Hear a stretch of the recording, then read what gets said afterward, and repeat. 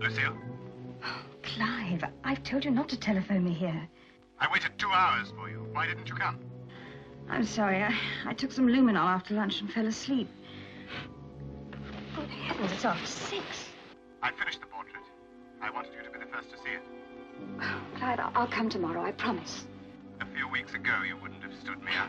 I told you I fell asleep. Clive, I'll come tomorrow about 5 o'clock. Oh, darling, I must go now. Goodbye.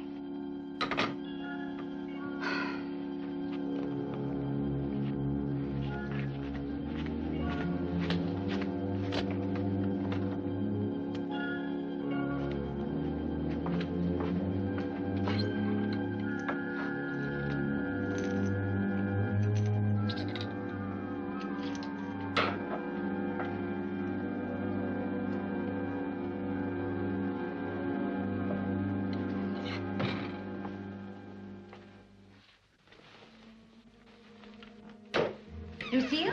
Sarah, come in. Darling, this is ghastly. Is everybody arriving? No, not yet. Lucille, you look lovely. All set for the witches' Sabbath. I came early in case you needed some help. Why on earth should I need help? Apart from the fact that I'm rather short of money, as usual, I haven't a care in the world. Yes, you know how mean my darling husband is. Robert, me. Well, considering he practically owns a bank. Well, that doesn't mean he can just dip into the till whenever he feels poor. Darling, how angry you look. My dear Sarah, it doesn't matter how extravagant you are, as long as your husband never finds out. That's one of the first lessons you'll learn when you marry. Anyway, I always manage to raise the money somehow. Tonight, I'm going to be at my best. Robert's wife. Demure, charming, and just a little elusive. Lucille, do be careful. Supposing he should find out.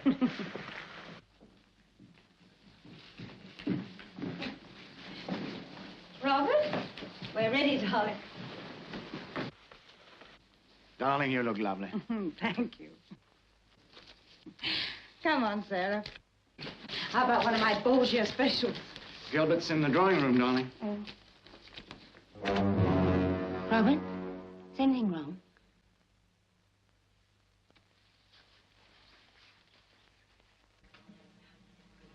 How are you, Griffith? Oh, moderately flourishing. Only moderately. Oh, good heavens. Don't tell me the bank's going bust as if they couldn't bear it. You know, it always surprises me that after 10 years as a banker's wife, you seem to imagine the bank is some sort of private mint. Well, why not? Money's for spending, not for locking away. Robert? Who else is coming? Robert? Who else is coming? Oh, I'm sorry, Sarah. Just the Langfords. Mr. and Mrs. Langford. Lucille. Hello, Nella. Darling. Forgive me if I cling to my bit of ermine until I thaw out. The car's laid up and we had to come by bus. Much as I adore my virile husband, he just doesn't seem to be the kind of man who can ever get a taxi. There wasn't one. Not one that would stop for you. Oh, nonsense, Nella. John's always got shows of taxis whenever I've been with him. Really? Must be me, then. I haven't your allure. Oh, no, Hello, Robert. I love your dress, Lucille. Thank you. Bought it off the peg, didn't you, darling? Yes, it was quite a find, wasn't it? Oh, I wish I knew a peg like that. What's his name? Christian Dior? Hardly. I'm always telling Nella that a woman doesn't have to wear a model dress to catch the eye. She doesn't have to wear anything to catch yours. How's that handsome son of yours? Enjoying himself up at Oxford. His latest plan is to become a fashionable barrister, specializing in divorce. Why, he could have a much more exciting time at the criminal bar defending murderers. Well, perhaps he doesn't want to defend murderers. Perhaps he'd rather see them hanged. I can't say that I approve of divorce, either. But you're a widower, Gilbert. You might think differently if you were still married. Well, I prefer murder to anything so tame and negative as divorce. If John were ever unfaithful to me, I wouldn't divorce him. I'd simply crack his head open. Thanks for the warning, my love.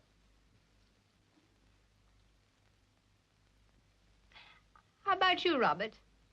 Would you rather kill Lucille or divorce her? I hope I shall never have to make the choice. So do I.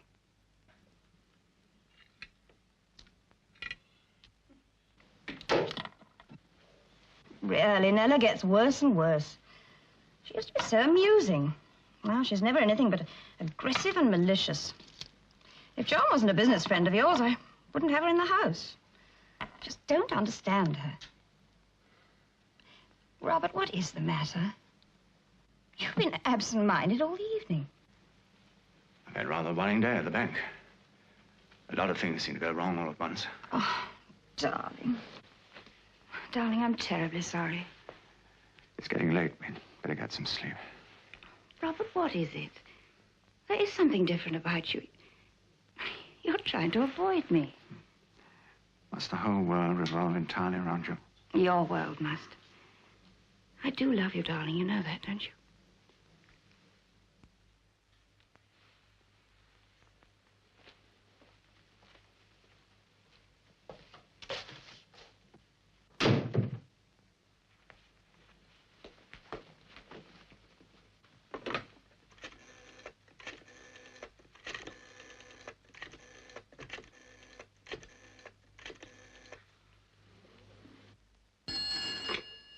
Hello? Sarah. Lucille.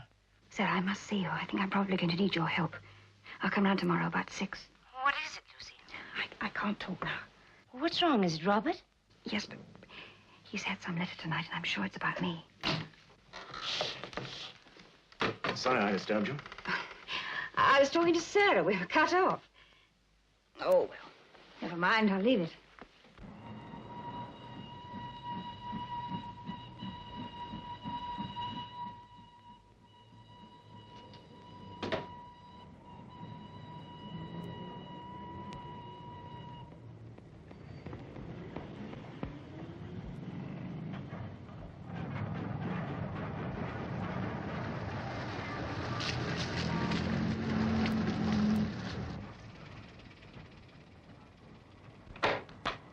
You're late. It's 5:30. Clive, I'm terribly sorry. I just couldn't get a taxi anywhere.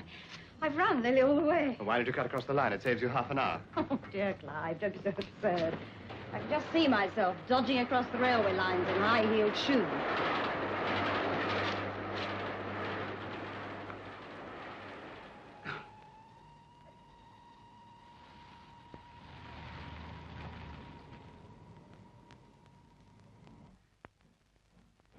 Clive, I'm so excited about the portrait. Let me see it. In a minute. Oh, no, now, please.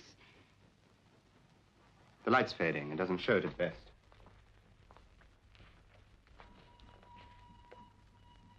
Clive, it's horrible.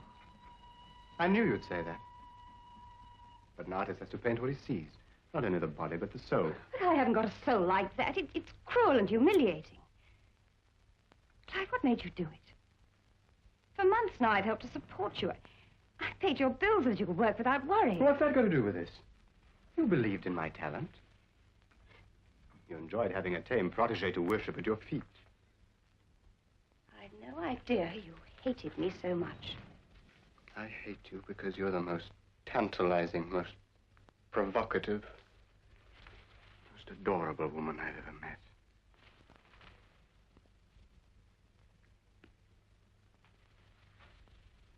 That's what I've tried to interpret. Look at the eyes. The aloofness, the mystery. They're the eyes of a woman with many secrets to hide. It's my anniversary present to Robert. It's a surprise. He'll hate it. No, he won't. It'll bewilder him, intrigue him. He'll want to talk to me about it. It'll be amusing. Why? Because I shall tell him that in spite of all your avowals of love and affection, you're really quite heartless. That, in fact, you've already discarded your once beloved Clive for... But I haven't. Look, Clive, I've always told you I didn't want us to get too involved. I've never loved you. I've always told you that. Love isn't the only thing that draws people together. No, apparently not. You've always accused me of being cold. You've even painted me that way. But I haven't changed, darling. It's all in your imagination. Well, I must go now. I'm meeting someone. John Langford? Please stay. Darling. Please. You'll have to get used to it. Just as I have.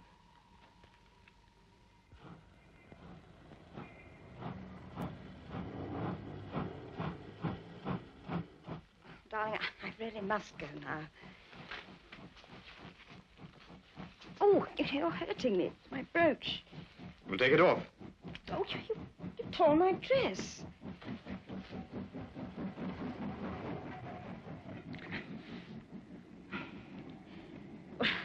I don't know what Robert will think of the portrait, but perhaps you'll bring it round to the house on Friday, will you, darling? I'll give you the money then. It was 200, we said, didn't we? Yes. Please. Goodbye, darling. See you soon.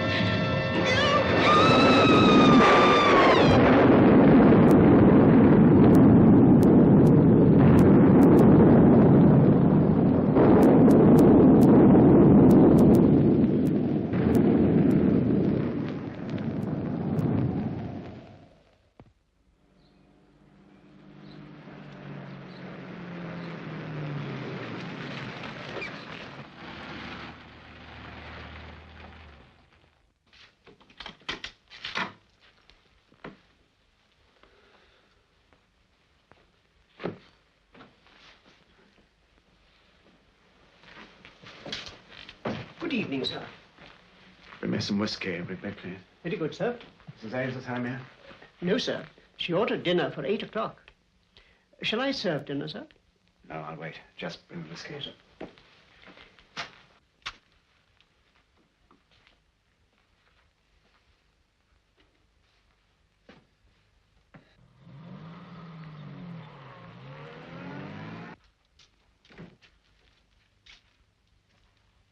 police inspector to see you, sir. Police?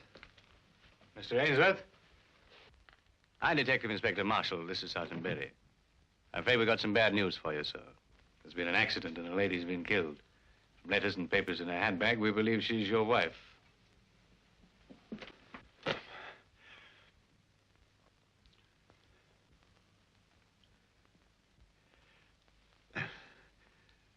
Bumped my head getting into my car this evening. Naturally, we'll want you to come down with us and identify the lady. But why are you here? A detective? What? The doctor's report hasn't come through yet, sir. But the cause of death appears to be strangulation. Strangled? Lucille? Well, shall we go? Yes. Yes, of course.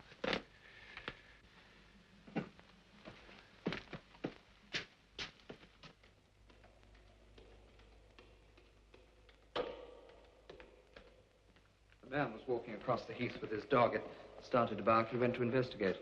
Found her.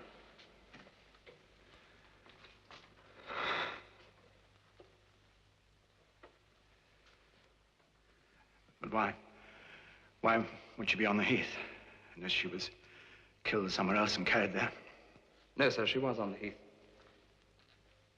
Mr. Marshall has her handbag, sir, but apart from a letter and a couple of receipts, the rest of the contents are missing. Then it must have been robbery.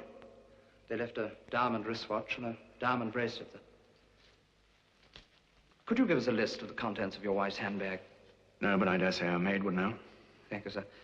There is one other thing. There was a slight tear in her dress at the neck here. Would you know if by any chance your wife was wearing a brooch? Brooch? Yes, a cameo brooch. I noticed it at tea, a large cameo. She often wore it. She was very fond of it. Thank you, sir. This way, please.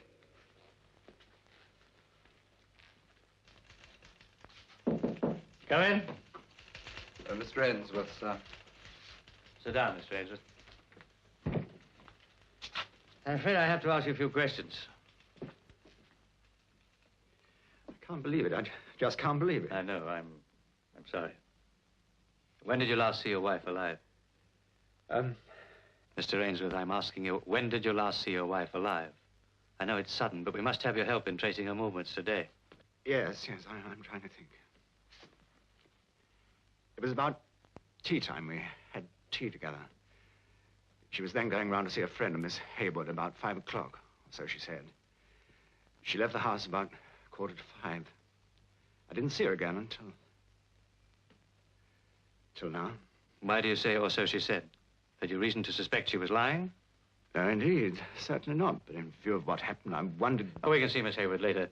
Can you think of anyone who might want to harm your wife? No, of course not. She was very friendly with everyone. Can you think of any reason why she should have been on the heath after dark? Had she friends in that neighborhood? I can't think of any who live on the other side of the heath. When you say the other side, to which side do you refer? Well, I naturally don't know in which direction my wife was walking, but I think I'm safe in saying that we haven't any friends who live close to the heath on any side. What were you doing between tea time and 9 o'clock, Mr. Ainsworth? After my wife went out, I worked at my study till 6 o'clock. Then I got out my car and went round to see my business manager, Gilbert Morgan. I arrived at about 6:15 and stayed until just before 9 o'clock. We had business to discuss. When you got home, were you surprised to find your wife was still out? Naturally. But you were an hour late yourself, so your butler said. Yes. I had a great deal to talk about to Mr. Morgan, and we rather forgot the time. I suppose my wife forgot it, too. Your wife was dead, Mr. Ainsworth. Well, that'll be all for now. Sergeant Berry will take a detailed statement from you in the morning. Meanwhile, we'll fix some transport for you, get you home. Do you know why she was killed? We haven't had time to find a motive yet. We've got to make a thorough examination of the heath at first light in the morning. Don't leave your house without letting us know where we can get you, widow. I know. Good night. Good night.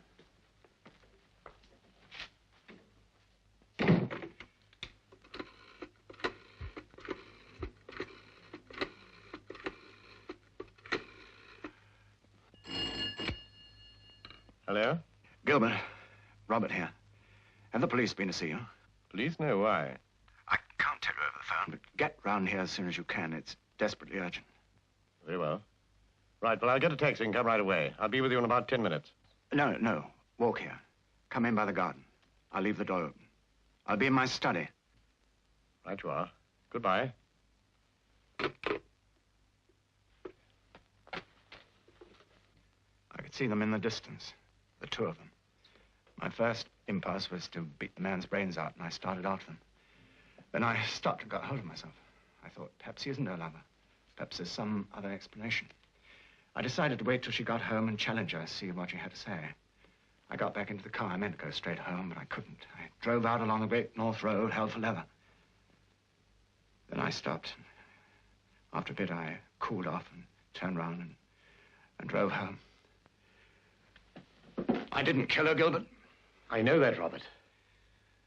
What a dreadful thing. Poor Lucille. It's unbelievable. Gilbert, I told the police I was at your flat from 6:15 till 9 o'clock with you. I was taking a chance on your being there. But why didn't you tell them the truth, what you told me? How could I? I was there when it happened. They would have arrested me on suspicion. Please back me up. I know it's a lot to ask. No, it isn't that. After all you've done for me in the last 15 years, it's not that. It is, I don't think it's wise, Robert. I can't go back to the inspector now and tell him I was lying. No, I see that. Fortunately, I was at home all the evening. So it is a possible alibi. All right, I agree.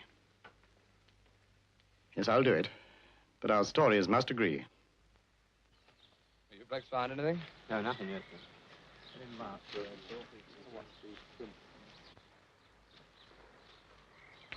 Well, sir, any prints the man may have made, the rain's washed out. Yeah, there's nothing much to show up on this rough grass anyway. There's only the imprints of her heels. Seems to have come up from the road to the pond and then caught it on the way back. It's odd the way she was tacking about, wasn't it? Then she got lost in the dark. Well, we'll find out. I want this area combed thoroughly, and I want that pond dragged. What for, sir? Contents of a handbag.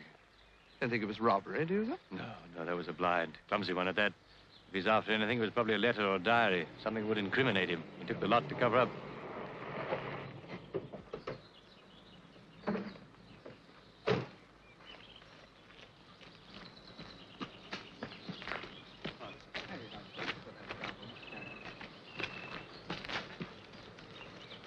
Surgeon's reports come through, sir.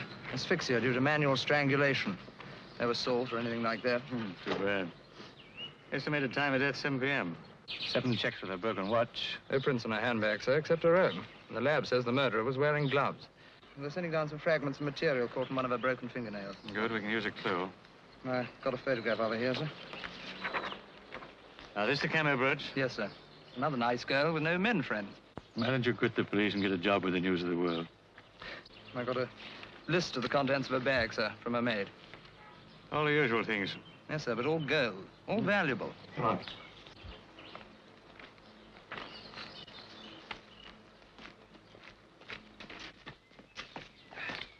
You know Ainsworth's collapsed, sir? No.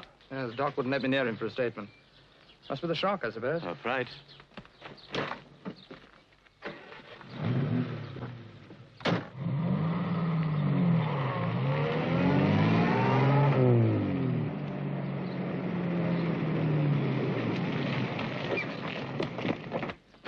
Have you any news, Inspector?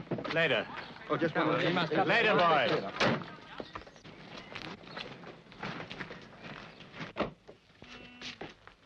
Mr. Ainsworth isn't allowed to see anyone, sir. Doctor's orders. We shan't disturb him.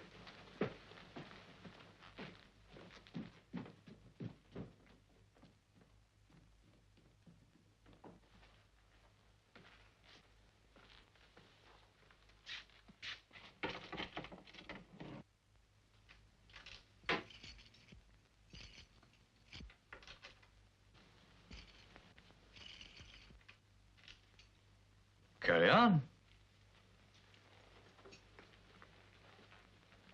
I don't think we've met. My name's Sarah Hayward. I'm a great friend of the Ainsworths. Ah, Rigby, what is that room? Mrs. Ainsworth's private sitting room, sir. Should have been sealed. Who locked the door? The officer who came last night, sir. He only sealed Madame's bedroom suite. You should go far.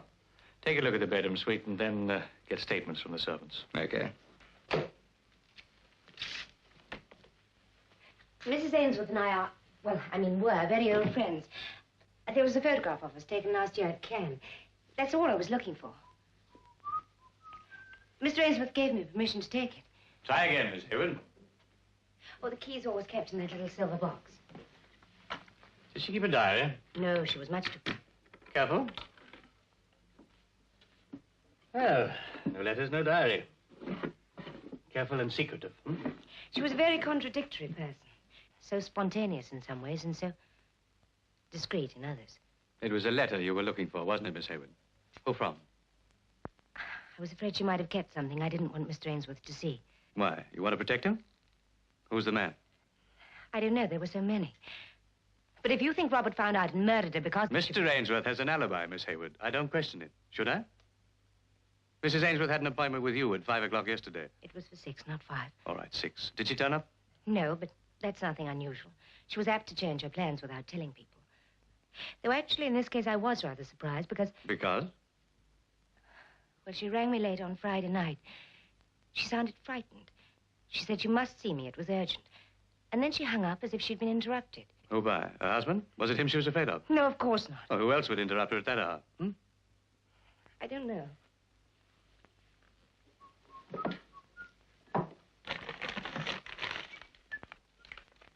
What's that? About £200. 200? Lucille never had any money. She was so extravagant, she was always in debt.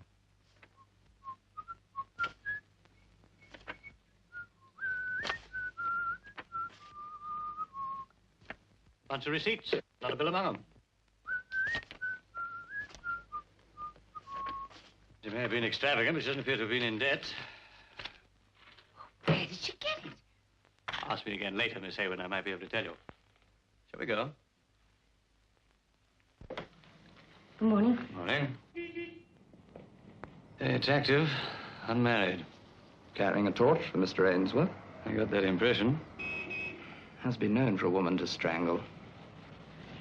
I wonder if she's strong enough.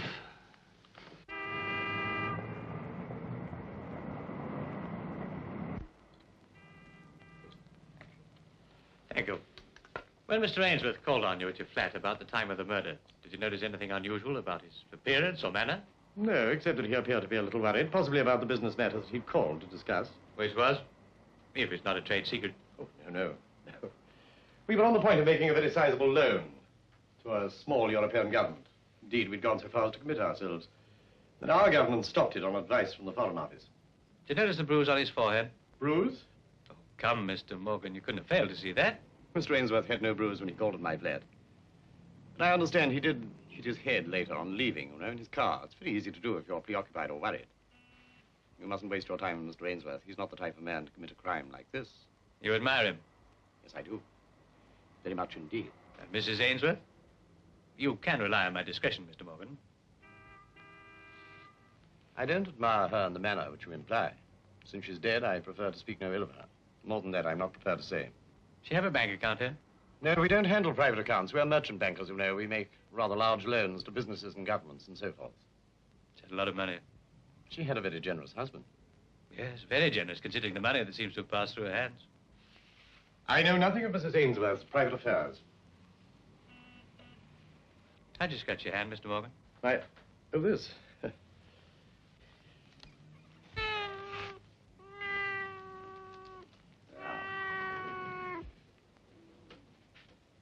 She's no business here, of course, but she refuses to stay at home.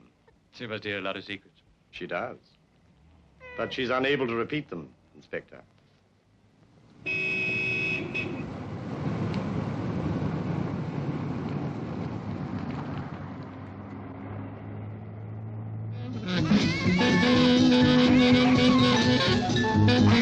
David Bradley's party? No. We would have gone, but I feel so sorry for my friends, always seeing me in the same old dress. We went to a cinema in the afternoon and got home about 6. My husband then put his feet up while I cooked the dinner. I'm a good cook. I have to be. We have no maid. We had dinner at 7, then we watched television till the thing closed for the night. Not a moment too soon. It was mostly boxing. My husband loves manly sports. Well, knowing Mrs. Ainsworth, do you think she might have gone to the Heath to meet a man? A man? You dear, sweet, innocent thing. What else would you have gone to meet? A mouse?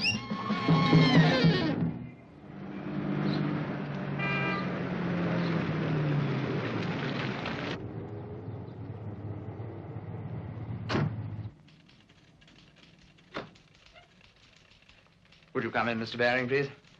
Yeah. Thank you. Taxi driver. Ah, good morning. Good morning. Take a seat. Thank you. Perhaps you can help us. You recognize this woman? Yes. I picked this lady up in Priory Crescent on the corner at about 6 o'clock on Saturday night, and I dropped her at the top of Platt's Lane. You're quite sure that's the one? Of course I'm sure. A little blonde piece. Was she frightened or scared? Well, not so as to notice. But there was this car coming along behind us, following us like, all the way from Priory Crescent. Big black saloon. What make? Oh, I didn't see that. He kept too far back. What happened when you got to Platt's Lane? Well, he stopped, and then he parked a bit up the road. I didn't attach nothing to that. Right. Well, thank you. We'll be in touch with you. We got your number, haven't we? Yes, sir. Well, that's one lead. Now, what about this material? We got the thing on that thread found under a fingernail yet? Yes, sir, I've got it here. They haven't been able to trace the material back to the manufacturers yet, but it's a heavy, dark grey material with a rough surface, rather like Harris tweed. Good. Your boys still dragging that pond? I finished that one, sir. Started on the next. Right, keep them at it. There's about 6 more. Very good, sir. Get rid of this lot, will you? Finish them off. Yes, sir. By the way, what was Ainsworth's car? Lagonda, sir. Black saloon. Be back soon. Want to have a look at Priory Crescent? I must find out who Mrs. Ainsworth saw here. It's very urgent. Well, now, it could have been Mr. Franklin. He's always got women up there. Artists, supposed to be. Lord knows what goes on, but my poor old legs. Is he in? They went... I don't know. You better go up and see. He's at the top. Here, while you're up there, ask him about my rent, will you? It's a month overdue now. Come in. Mr. Franklin? Well, the perfect example of a prosperous city magnate. Come in and shut the door. It's cold enough in here as it is. You're Lucille's husband? Yes. It's a terrible thing. I'm sorry. I'd offer you some coffee, but it's cold. Why did my wife come here? She commissioned it for you as a present for your wedding anniversary. I was to take her to your house on Friday. Do you like it? No. Why did she go up to the Heath? I don't know. She said she was meeting somebody. How did you know she was here? That's my business. Did you follow her? You must have done. Well. Were you lovers? No. I doubt if anybody ever really possessed her. That's what made her so fascinating, so unattainable. You've taken away all her natural dignity and charm. You made her look like a cheap trollop. I understood her. Rubbish. Well, what are you going to do with it? You can have it. Lucille hasn't paid for it. The price is £300. 300 for that? It's worth more now, to Ainsworth. Oh, no, it won't.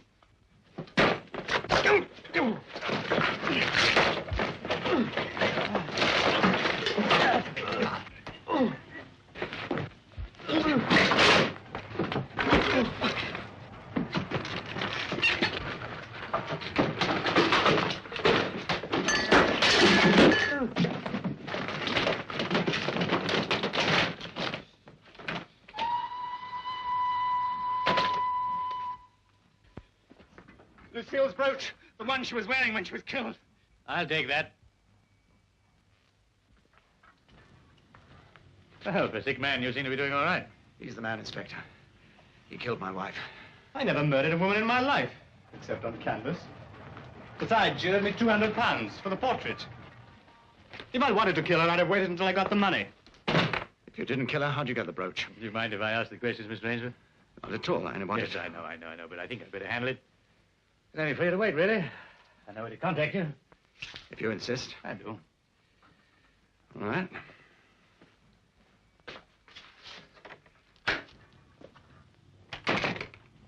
Well, where did you get this brooch? She left it here. Just like that? I pulled it off. It is in my way. Or isn't that explicit enough? When? About 5:30 on Saturday. I didn't kill her. I know the brooch looked suspicious, but she really did leave it here. In fact, I tried to flog it after she'd gone. Who to? Oh, Billy has a coffee stall round the corner. I was there till 6:15. I'm surprised he didn't tell you. I was sure he would. We can always ask him. This the coat you were wearing on Saturday? The only one I've got. Nice piece of cloth. If you left the coffee stall at 6:15, where'd you go from there? Hampstead Heath. Sheer coincidence. I went to the Spaniards. It's quite a distance from where she was killed, you know. I got there at 8 o'clock. Somebody can probably vouch for that. I'm well known there. How did you go? I walked up West Hill round by Hampstead Lane. I mean, a sort of half circle. I didn't hurry. It took me till 8. Now, if you'd have made your half circle to the south instead of to the north, you'd have passed near enough to Mrs. Ainsworth to kill her. Yes. But not in time. I couldn't have got from the coffee stall to that particular spot in time to kill her. Try it and see. Don't worry. We shall. Anyway, it seems someone met her there and killed her. My successor, I presume. Do you know his name? Yes, John Langford. Can you understand why he should want to kill her? Yes, I can. Easily. Anyone. Why? I'm glad she's dead. I feel free for the first time since I've known her. She obsessed me. I couldn't live with her. I couldn't live without her. She had everything and nothing. She looked passionate. She was sexless. She had the face of truth. She didn't know the meaning of the word. She was an illusion. Nothing. I'm glad she's dead. One day I'll start to miss her. But not yet.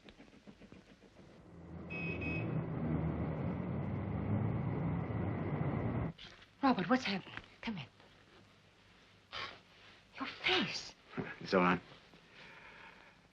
I know whom Lucille saw on Saturday. A man called Franklin, an artist. We've been in contact. Unfortunately, the inspector turned up in the middle of it. You knew she was seeing this man, didn't you? I didn't know who it was, but I knew there was someone. So did I. But this clinched it for me.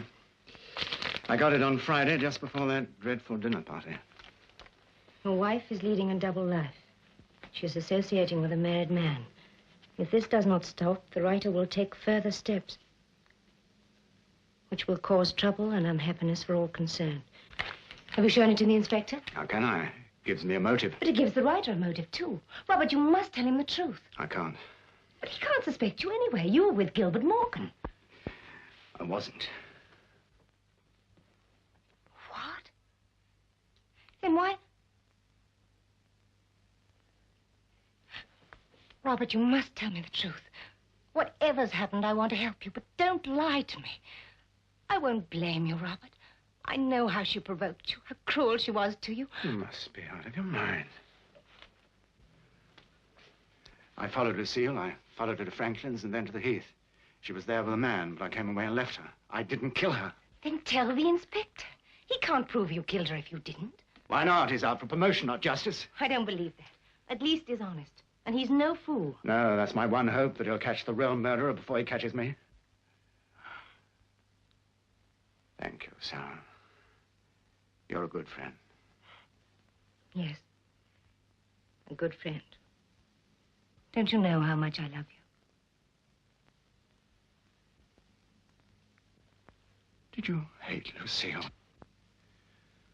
Now I know you didn't kill her. You suspect me. Oh, Sarah, darling, Sarah, I'm sorry. But I'm beyond making sense out of anything anymore. Listen, you must help me. Of course I'll help you. That's right. Stick up for her. I don't care if she is dead. Running around after everybody's husband. You most of all.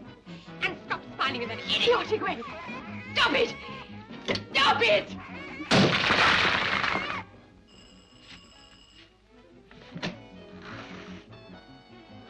Who are you? Detective Inspector Marshall. You're just in time, Inspector. We're in the middle of disturbing the peace as usual. I want to talk to you about Mrs. Ainsworth. Go right ahead. We were just talking about her, weren't we, John? We all adored her. Especially John. Shut up, Nella. Tell the nice inspector how you used to take her out and how she used to let you hold her hand. All right. So I did, sometimes. She was a wicked little thing, but I adored her. So did every man in his heart, married or not. She was a liar and a cheat, just like you are. They were lovers, Inspector, but they even had to cheat each other. Go on, John. Tell him how you killed Lucille. Go on, tell him. You won't be able to keep it a secret much longer. Be quiet. He soon found out what she was, like they all did. Every man she ever... I was at home with you all evening. You went out at 6 and you came home at midnight. You were pale as death and drunk as an owl. Look what he did to me because I asked him where he'd been that evening. You wouldn't think he could be so violent, would you, to look at him? That was nothing new. She's jealous, that's all. She adores making scenes. Then where were you on Saturday night?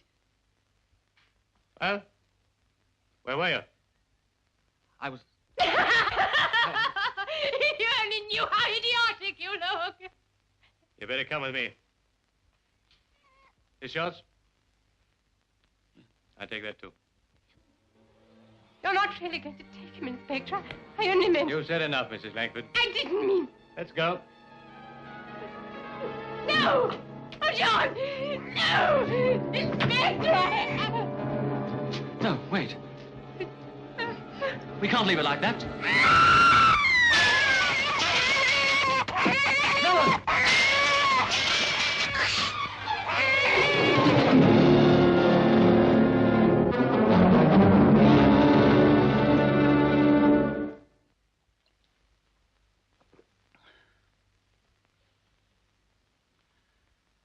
Nella really did believe I killed Lucille. I've been out with Lucille once or twice, just to get away from Nella. The trouble was, Nella really loved me. That's what made her so insanely jealous. She'd even written an anonymous letter to Robert. That's what we were quarreling about when you arrived. But it was true what she said. You weren't home on Saturday night. Yes? Where were you then? I went to a club to have a few drinks. We were there from about 6:30 until 10 o'clock. Ask the barman, he'll remember us. Us? I was there with a friend. What's your friend's name? Julie Maddox. She's an actress of sorts. We went back to her flat.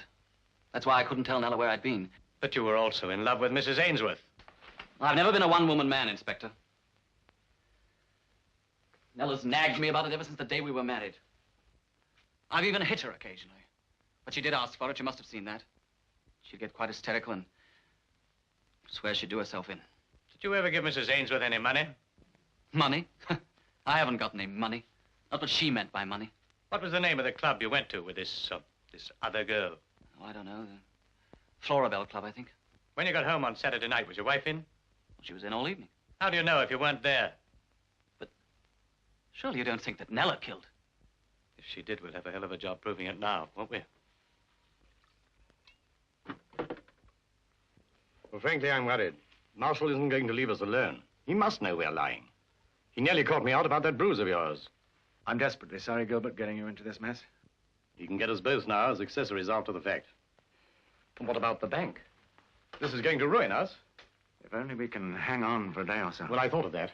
Now, how would it be if I slipped over to our Paris office for a few days? I ought to go, you know, in any case. If I'm in Paris, I can't be questioned. The inspector's hardly likely to follow me there. It might be safer if I went. Oh, no. He'd smell a rat if you went. After all, you're a suspect. I think I'll go at once. I'll go home now and pack a bag. Yes, it'll give us a respite anyway. Well, you'll find me at the Frontenac. You might let the inspector know that, will you? It'll reassure him. Oh.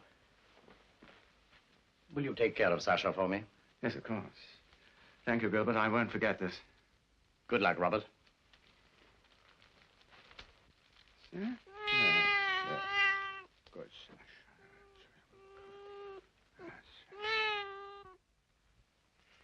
What have you got there? Well, this is the result of our little fishing expedition up on the heath.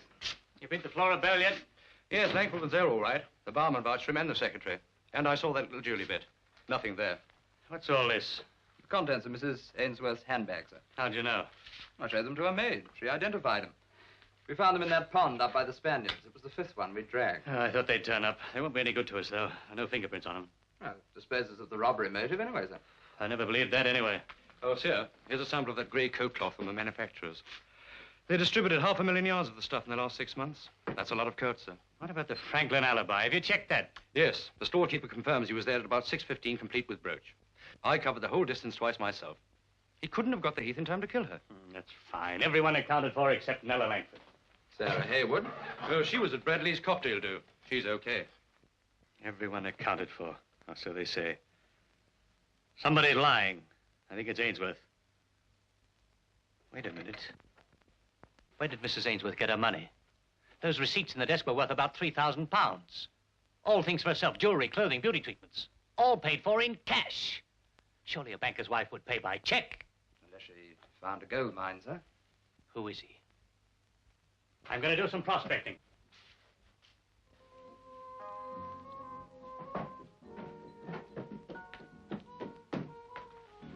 Come on, Casanova. Where do I find her? Over there. Visitors. Good afternoon. I'm Colonel Jarvis, the secretary. I don't think I know you, gentlemen. Detective Inspector Marshall, Sergeant Berry. Sir? It's Mrs. Ainsworth I want to talk to you about. I believe she came here pretty often. No, I wouldn't say that. Wouldn't you? I've got 5 receipts here, signed by you for Mrs. Ainsworth's bridge and poker debts. She lost about £600 here in the last few weeks. Well, naturally, we're only too anxious to cooperate, Inspector, but our members expect their affairs to be treated in the strictest confidence.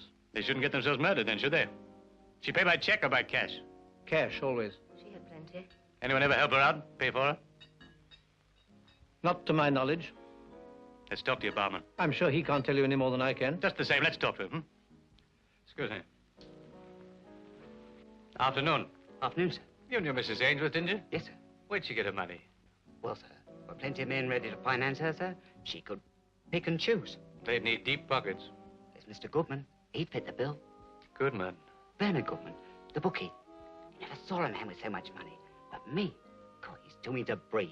Of course, he had to lay a bit out on Mrs. Ainsworth because he was doing some shopping there. Was he been in today? He hasn't been in since she was murdered. I'm telling a lie. That's him now.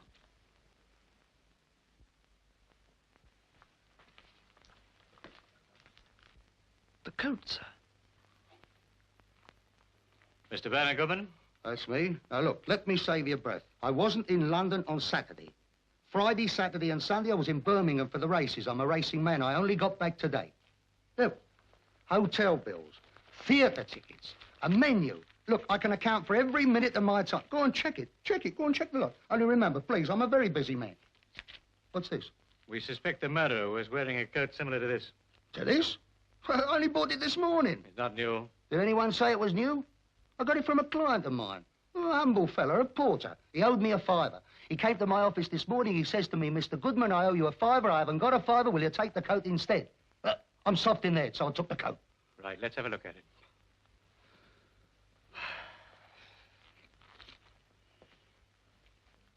The tailor's name's been taken out. Didn't that make you suspicious? Mister, I'm 57 years old. Everything makes me suspicious. I'm just a crazy, mixed-up old man. I took the coat. Mrs. Ainsworth was a heavy spender. Did you finance her? No, I bought her a few drinks, had a couple of dinners. That's all, no more than that. Mister, I don't give, I buy. She had that come-and-get-it look, but when you came, she rung up no sale. Did she ever try to get any money out of you by other means? Like what other means? Like blackmail, for instance. I'd have broken her neck. You don't defend her? Mister, she was no good. Look, do I look like the kind of man who would entertain his woman friends on Hampstead Heath? I've got rheumatism. I've got blood pressure. I've got a weak heart. All right. You can show us your operation tomorrow. Now tell us where we can find the porter who gave you the coat.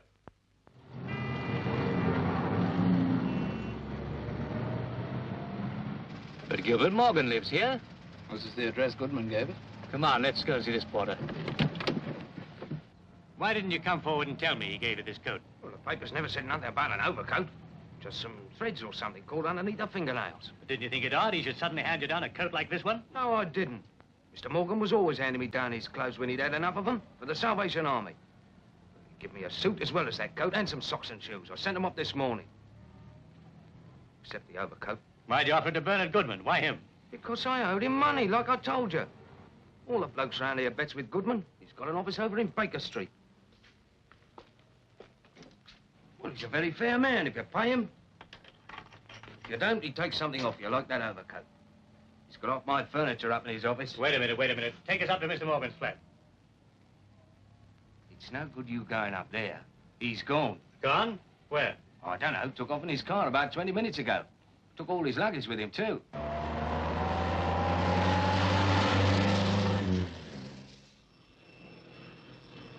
Mr. Morgan?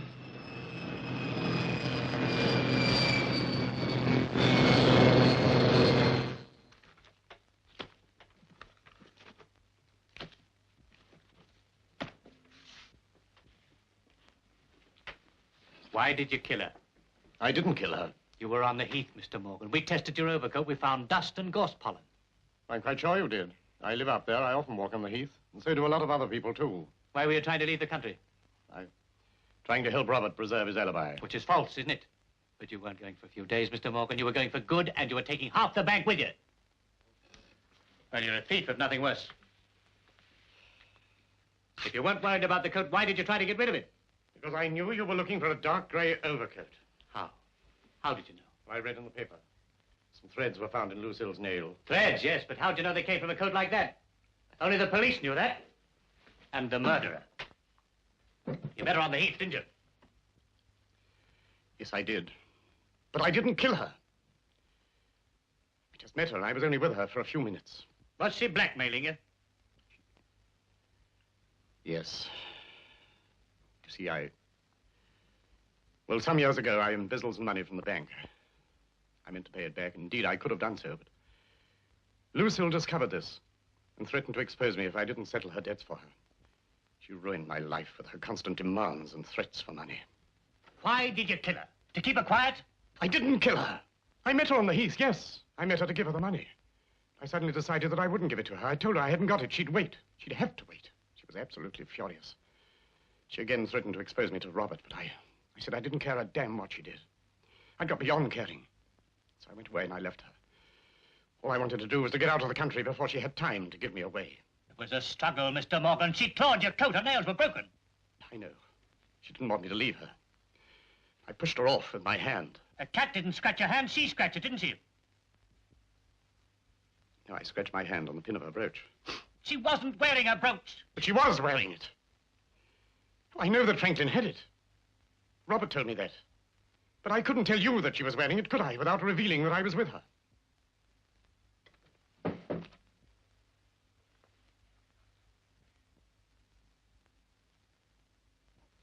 There is a stain on it, but it doesn't prove a thing. Franklin must have given it back to her. He must have. He went back, gave her back the brooch. Then he hung around, waiting to see who she was meeting. Then he waylaid her on the way to the road, quarreled with her, and strangled her. But why did you take the brooch back again?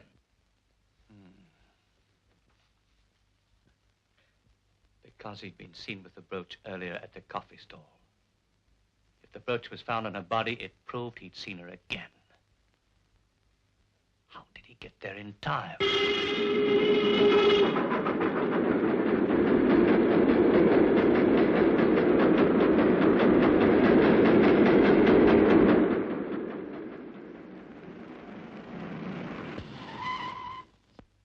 I don't care.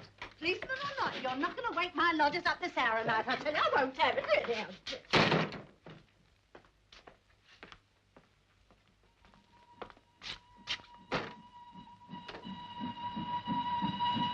If you took a shortcut across that siding, where'd you come out? Look. It is. It's him. That's how he got to the heath. He jumped a truck. That's our man. Come on.